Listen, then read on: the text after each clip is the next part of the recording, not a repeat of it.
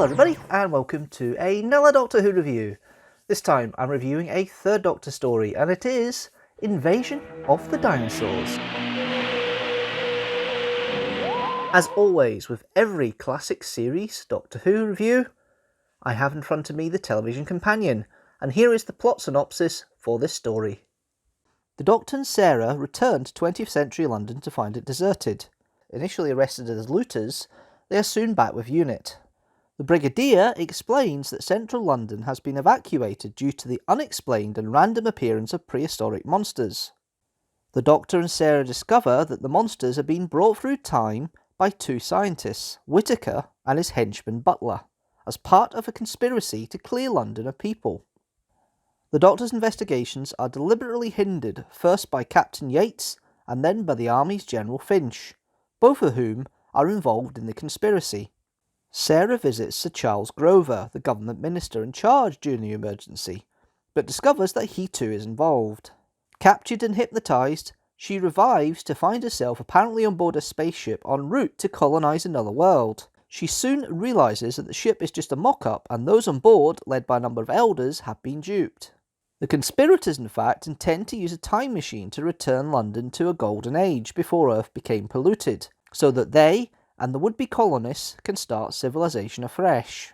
The Doctor and the Brigadier mount a raid on their underground headquarters. Grover makes a last-ditch attempt to operate the time machine, but the Doctor has changed the settings, and he succeeds only in sending himself and Whittaker back to the era of the dinosaurs. The Brigadier arranges for the misguided Yates to be given a chance to resign quietly from UNIT. There we are, the second story of Series 11, Season 11, of Doctor Who. The last season, of course, with Jon Pertwee as the third Doctor. So, it's an interesting parable. It's written by Malcolm Hulke, very left-wing, and he's written quite a few left-wing stories in the Jon Pertwee era. And he was part of this writing duo for the War Games as well. So he has form, I think is probably the best way of putting it. He does have form. This is an interesting piece on its own before you even put into all the silly bits with the characters and everything else. This whole idea of the environmental side of the fact that there's people out there in the 1970s, or as it would be in the unit dating controversy, 1980s UK, who are realising the environment is at a tipping point of going a lot worse than it could be. And they give up. They don't feel they can make anything of it to repair the damage, and they feel the best way they can deal with it is to stick a lot of volunteers back in time and start civilization afresh, wiping out what's currently there. It's an interesting concept in that respect to how they work that and how they go through that. But it is a fun romp overall to watch. The idea of using dinosaurs to scare people off from London is a little contrite, but that's your Doctor Who element in here. That's effectively your monster element here. The rest of it is more I wouldn't say psychological thriller, but it is a kind of interesting parable of environmentalism. It doesn't quite have the kind of same modern ring as you would have for the Green Death, which is a couple of stories before this, but it still is on that same kind of line, which Doctor Who and the third Doctor particularly, I think, actually does work well with it. It's slightly jarring in one respect because the third Doctor likes using petrol cars and petrol vehicles a lot and is a bit of an action man, which obviously is a bit contradictory to what we feel is the environmental message nowadays, with cars polluting the world and the streets and everything. But that's one of these things. Let's go into the cast. Let's have a look at each of the actors in turn. I'll just try and keep to the main characters here, because there's quite a list of characters here in the television companion. Don't need to cover them all. So of course you've got, the Doctor, played by Jon Pertwee. This man here is at the height of his powers. There are some elements of the earlier third Doctor which I don't like. This kind of gruff hate of establishment. You get a hint of it here with the frisson he has with General Finch, who seems to be a bit heavy-handed throughout the story. Obviously with that ulterior motive we later find out. However, it's Jon Pertwee certainly comes across as very comfortable in the role. He knows what ticks and what doesn't, and the quirks he has in here he does throughout the story are very interesting, very intriguing, and actually quite enjoyable to watch and see. So, yeah, it's certainly peak Third Doctor. This characterization of the Third Doctor, this is what most people would think as the Third Doctor, this kind of homely uncle figure, the scientist with a bit of action against him. Although I get the sense maybe in this one his action is more based on vehicles than him actually running anywhere or having action that way, the physicality with his Venusian Aikido and all that. And that might be just Jon Pertwee himself. Maybe his physicality wasn't as much in this season as it has been in previous ones. It could be one of those things, or it could be just the way the story's just written. It personifies the Doctor. I think it works quite well. I love the fact that Jon Pertwee gets to use his use of accents a little bit here when they're at the processing centre after being arrested for potential looting. The Doctor hatches a plan with one of the other criminals who's there to escape, and he puts on a Cockney accent, and they have a mock fight. And it's interesting having that. There's also the other element later on when he's been chased through Wimbledon Common by the army. He's in a unit jeep, and the army's obviously following in their jeeps. And the fact he puts on an accent to take away the helicopter that's tracking him, to say that the Doctor's been, to say that he's been captured, so they all leave him alone. And that's an interesting way of utilising his accents as well. So these sort of elements you see here, you didn't see too much of that in the early ones because the Doctor's always bristling against establishment. But this, when he's on his own, he has his own set pieces, and he's not actually there to protect the companion half the time, and he's actually there doing his own investigation and being the Third Doctor of that side.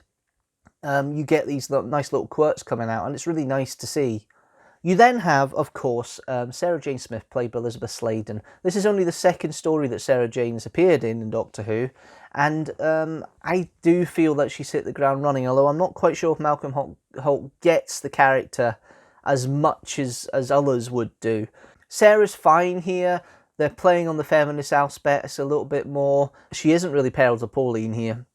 She's using an investigative journalistic skills to dig deeper into the whole situation about why the dinosaurs are appearing, thinking there's something more to it, there must be a reason behind it. It's really interesting and intriguing how she goes down that investigative route. It's her that approaches Charles Grover, it's her that tries to get access to certain things throughout the story by using her contacts and her research. And it's interesting utilising her profession to allow that to happen. It's really nice to see. And actually, Elisabeth Sladen, as she did throughout, nails Sarah Jane Smith. Brilliant characterisation, brilliant character overall. I don't think Sarah actually fully shines as a companion outright until she goes on with the Fourth Doctor, because I think the banter between the Fourth Doctor and Sarah is a lot better than the banter between the Third Doctor and Sarah. It's kind of like what you get with Clara and the 12th Doctor. That's a better relationship than 11th Doctor and Clara. It's not the same dynamic though with the Third Doctor and Sarah. Third Doctor's trying to be this mother, trying to protect Sarah, which she doesn't need too much of, but there is aspects where that does come in. But the companion itself doesn't work as well, Sarah, as well as Jo would have been beforehand with the Third Doctor. But the character of Sarah is very much a notch up from Jo.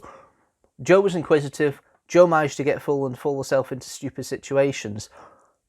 Sarah does actually put a notch above there and actually becomes a bit more forthright, a little more feminist. You see that in Monster Peladon later on. And actually, this feminist tendency and the strength of character that Sarah has does show here. Her investigative skills and figuring out the spaceship that she's put onto in the middle of the story is a fake, and the way she goes around it. I mean, to be fair, some of the stuff here you talk about here, the people who've been hypnotized to go into this spaceship must be really stupid morally, because anybody with any sort of intelligence would think there's something not quite right there. And when she starts pressing all the controls and realizes some of the controls are fake, she goes, hang on a minute, this doesn't seem right. And she does realise when she realises she gets an injury at one point by going to one of the warehouses to try and take photographs of the Tyrannosaurus. And the Tyrannosaurus actually wakes up and she gets knocked out by a beam. So it's kind of Perils of Pauline there. But the injury she suffers is still not healed. She's supposed to be in cryogenic sleep for 3 months in the spaceship. That hasn't happened. So those sort of things triggered her brain and intelligence to actually investigate more and think there's something not quite right. And you do realise how well these other people might have been duped, or how stupid they are. Sarah does give that kind of perspective there in regards to characters. Speaking of characters that work okay, but don't have too much to do, we've got the unit crew. So you've got the Brigadier, played by Nicholas Courtney. You've got Sergeant Benton, played by John Levine. And then you've got Captain Yates, played by Richard Franklin. You can tell all three of them have been there for a while. The long-standing characters, the rapport and relationship between all three and the Doctor. And to an extent, Sarah is there. The strongest of the three, I think, is actually Nicholas Courtney, as is the Brigadier, and the way the character the Brigadier is. He's straight-laced, straight down the line. He's still got the army thoughts to him, but he relies very much on the Doctor's opinions and thoughts, and goes with the Doctor and is very happy to take the Doctor's lead when it comes to the investigation once the Doctor comes back involved. It's interesting how the Brigadier's gone back to army type when the Doctor isn't there, because he's just trying to get as much information as possible to help the Doctor when he comes along, but he doesn't really manage to do much, or could do much, which is just an intriguing lead here. But overall, I think the Brigadier is played very well here by Nicholas Courtney. As I say, the guy never puts a foot wrong with what he does, and throughout the whole series, even in Battlefield, he's solid. And of course, I've done an audio review of the Spectre Lanyon Moore, which he appears in, which is also brilliant as well. So the whole situation of the character of Brigadier Arthur Gordon Lethbridge Stewart, you can see why he's such a stalwart throughout Doctor Who's history from when he first started, because he's just got that kind of lovable kind of commander role. Yes, he is a bit pompous at times. The Three Doctors, he goes into the kind of caricature a little bit, but most of the time, he's a character you can rely on. We know he's like the authority figure that can get things done to help move the plot. He's a plot expediency in some respect, but the character himself, this version of the Brigadier is becoming very warm. There's obviously a very warm and friendly friendship between the Doctor and the Brigadier, and the whole rapport between the two of them is brilliant, and Nicholas Courtney is very good as the Brigadier at this point. You've then got John Levine playing Sergeant Benton. What I like about this is they seem to have developed John Levine now to have the kind of slightly flippant attitude, but still, a worthy sergeant, but that kind of flippancy attitude that's developed from the Three Doctors through. When Benton turns up in later stories after the Three Doctors, there seems to be more of a flippant attitude to him. And the best example of this is when the Doctor gets framed for being the person who's sending dinosaurs back in time.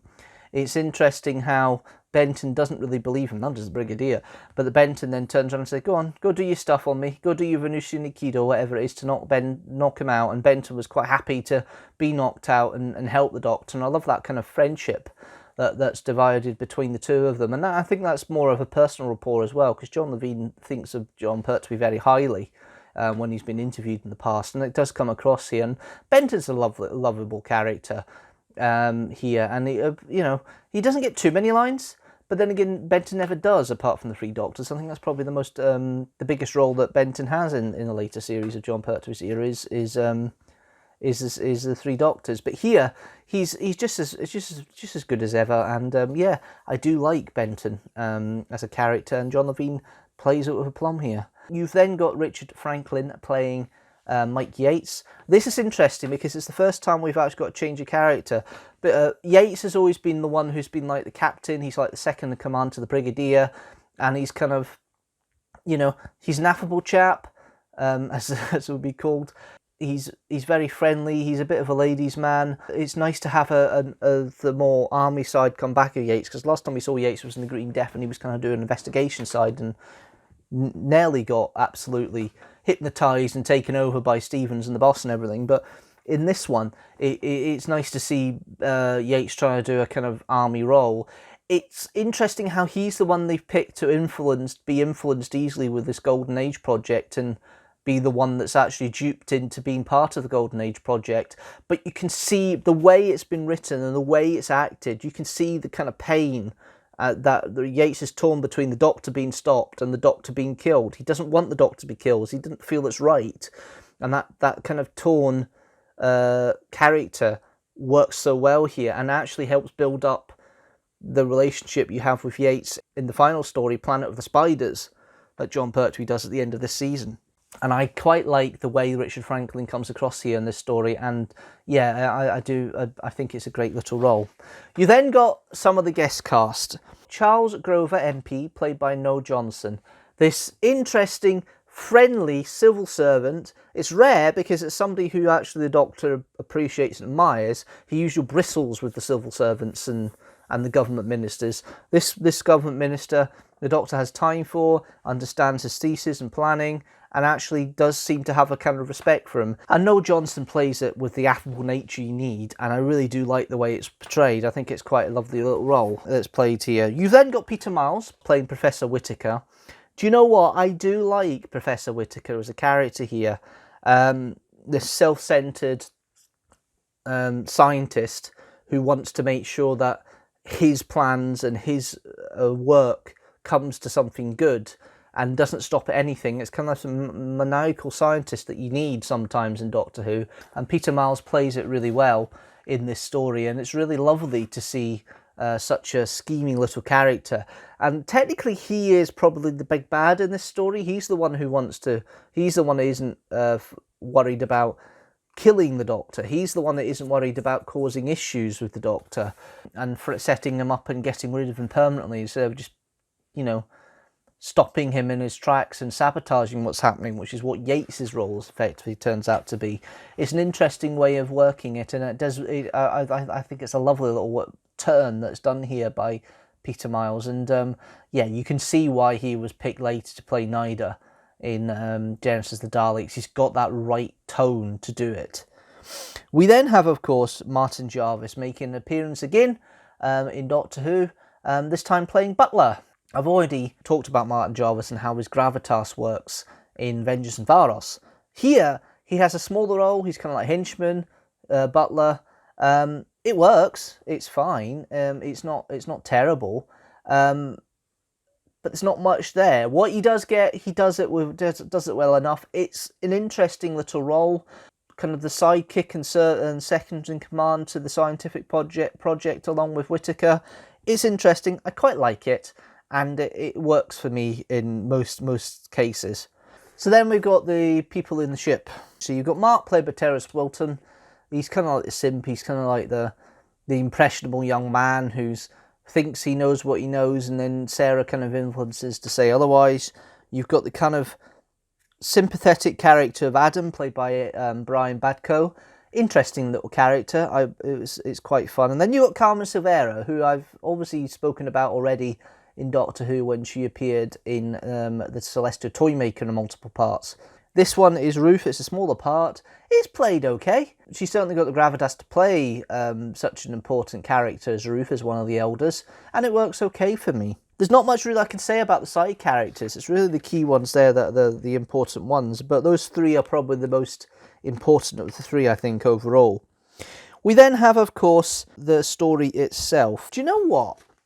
I think that the concept itself works fine. The only downside, which everybody knows about, and I think is very true, is the dinosaurs. This whole idea of having dinosaurs to scare people away from London. Lovely Doctor Who concept, badly realised. But do you know what? If that's the only failing of this story, which it is in my eyes, it's not a bad thing to have, is a failing like this in the episode. And ultimately, I think it does make a difference in regards to the overall way that the story works. I mean, it's a little fantastical, it's a little out there. The interplay in the politics between what everybody's doing, the three camps you've got the environmental camp, you've got the army, and you've got the Doctor and Sarah, and obviously the unit side, and the whole split between the three of them. The way it's merged together, the way it's written, is very nicely flowing. It works very well. The music by Dudley Simpson is very, very Jon Pertwee-esque with its synth elements and everything else. I do think the music does help punctuate the important bits of the story and really does make a difference for me in regards to making it more of an enjoyable story to watch and see and everything else. And I really want to go into the direction more with the way Paddy Russell's done this. For such an interesting concept, you get the feeling that, yes, She has set pieces, she has things she wants to do, but you do get very much the sense, the way the story goes ahead, she just lets the actors get on with it once they've got to the rehearsal stage on the camera, and doesn't really direct them, because they managed to find their own coherence, their own rapport, their own chemistry on screen that makes it all work for me. And I think it's really quite nice to have that, and nice to have that kind of direction. It's pretty good with the direction overall. It's quite well paced really for a six-parter. Some of the good six-parters of Doctor Who of that era will have two acts. They'll have a first act and a second act. It's usually about 2 to 3 episodes for the first act, and then 3 to 4 episodes for the second act. But it makes it interesting the way it merges and flows through. There's very few stories that have one consistent theme that goes the way through and back and forth. There is a bit of back and forth here, but it's done in a kind of organic and natural way. The way it's all put together, it does work very well. Some of the good bits I do like, as I say, the interpolitics between everybody is really quite nice. I think having the idea of whole central London being evacuated because there's dinosaurs on the prowl and a whole golden age concept, I do like the elements of it. I think the design of it is very well of its time. It's very, because it's on an Earth setting, it does make a difference here, I think, in regards to the plot line, because you can go a kind of thriller type mystery story, which is what this one is, and I do quite like it for that. This is obviously the last time you get the full unit pairings here, outside Joe Grant. And you can tell it's a slight coda, because the Seasby changes where things are changing, and you get that impression that the whole cohesion of the unit family is starting to break apart here, with Yates being honourably discharged. It's the first element of it all breaking up into smaller entities, which still makes unit an interesting power in Doctor Who in regards to what they do and how they do things, and that seems to come back a bit more prominent in more recent Doctor Who that's been broadcast. But this is the end of the first era of Unit, the first big era of Unit, with all the main characters starting to go their separate ways just a little, and it's interesting having that. It's the first of the decline of the unit, and it's just a shame to see. But do you know what? The rapport still works with everybody in it, and it's a great little story. Overall, I did enjoy it. I think some of the themes written by Malcolm Hulke are a bit over the top, a bit too left field for me. So it kind of puts it down a little peg here for the story. But it's enjoyable enough. It's not take your brain out. It's enjoyable. It's not good. It's not very good. It's not excellent. It's not one of these high-rated stories. The idea of the dinosaurs and the design of the dinosaurs, it's not often that the production values of something helps bring it down and spoil it for me, but in this case it does. It does detract from the believability quite a bit, and does take you out of it when the dinosaurs appear. I know they'll try and do the best of it, but it doesn't quite work. It does kind of reinforce the kind of shoddy Doctor Who nature that some people think Doctor Who has. And overall, I'm going to give this a rating of 3.5 TARDISes out of 5. Okay, let's see how that story stacks up with the rest of the Jon Pertwee era I've reviewed so far, and of course how it stacks up with the rest of the stories that I've reviewed so far for the television series. So Invasion of the Dinosaurs joins the Three Doctors and the Sea Devils at 3.5 TARDISes out of 5. At the bottom is the Monster Peladon with 3 TARDISes out of 5. The Green Death and Spearhead from Space have 4 TARDISes out of 5. But at the top is Inferno with 4.5 TARDISes out of 5. At the bottom overall is still Time Lash and Sleep No More with 2.5 TARDISes out of 5, and at the top, including Inferno, are 5 other stories that have 4.5 TARDISes out of 5. The Happiness Patrol, The Day of the Doctor, The Caves of Androzani, The Tomb of the Cybermen, and Dalek. That's it for this review. Tell me what you think about Invasion of the Dinosaurs. Leave a comment down below. Do you like it? Leave a comment down below. Do you not like it? Leave a comment down below. And if you like this video as a whole, you can hit that like button and please share it with the hashtag teamstructor. Also, if you like the channel as a whole, please hit that subscribe button and the notifications bell so you know when a new video comes out. And if you want to support the channel other ways, you can go through all the social medias. You've got Instagram, Twitter, Facebook, you've got the community tab here on YouTube, and you've also got Patreon at patreon.com/Deanstructor. For as little as £1 or $1 a month, you can help support the channel. There are 3 tiers. Teamstructor level 1, you get a name check on the end card at the end of this video and every video that you're a patron for.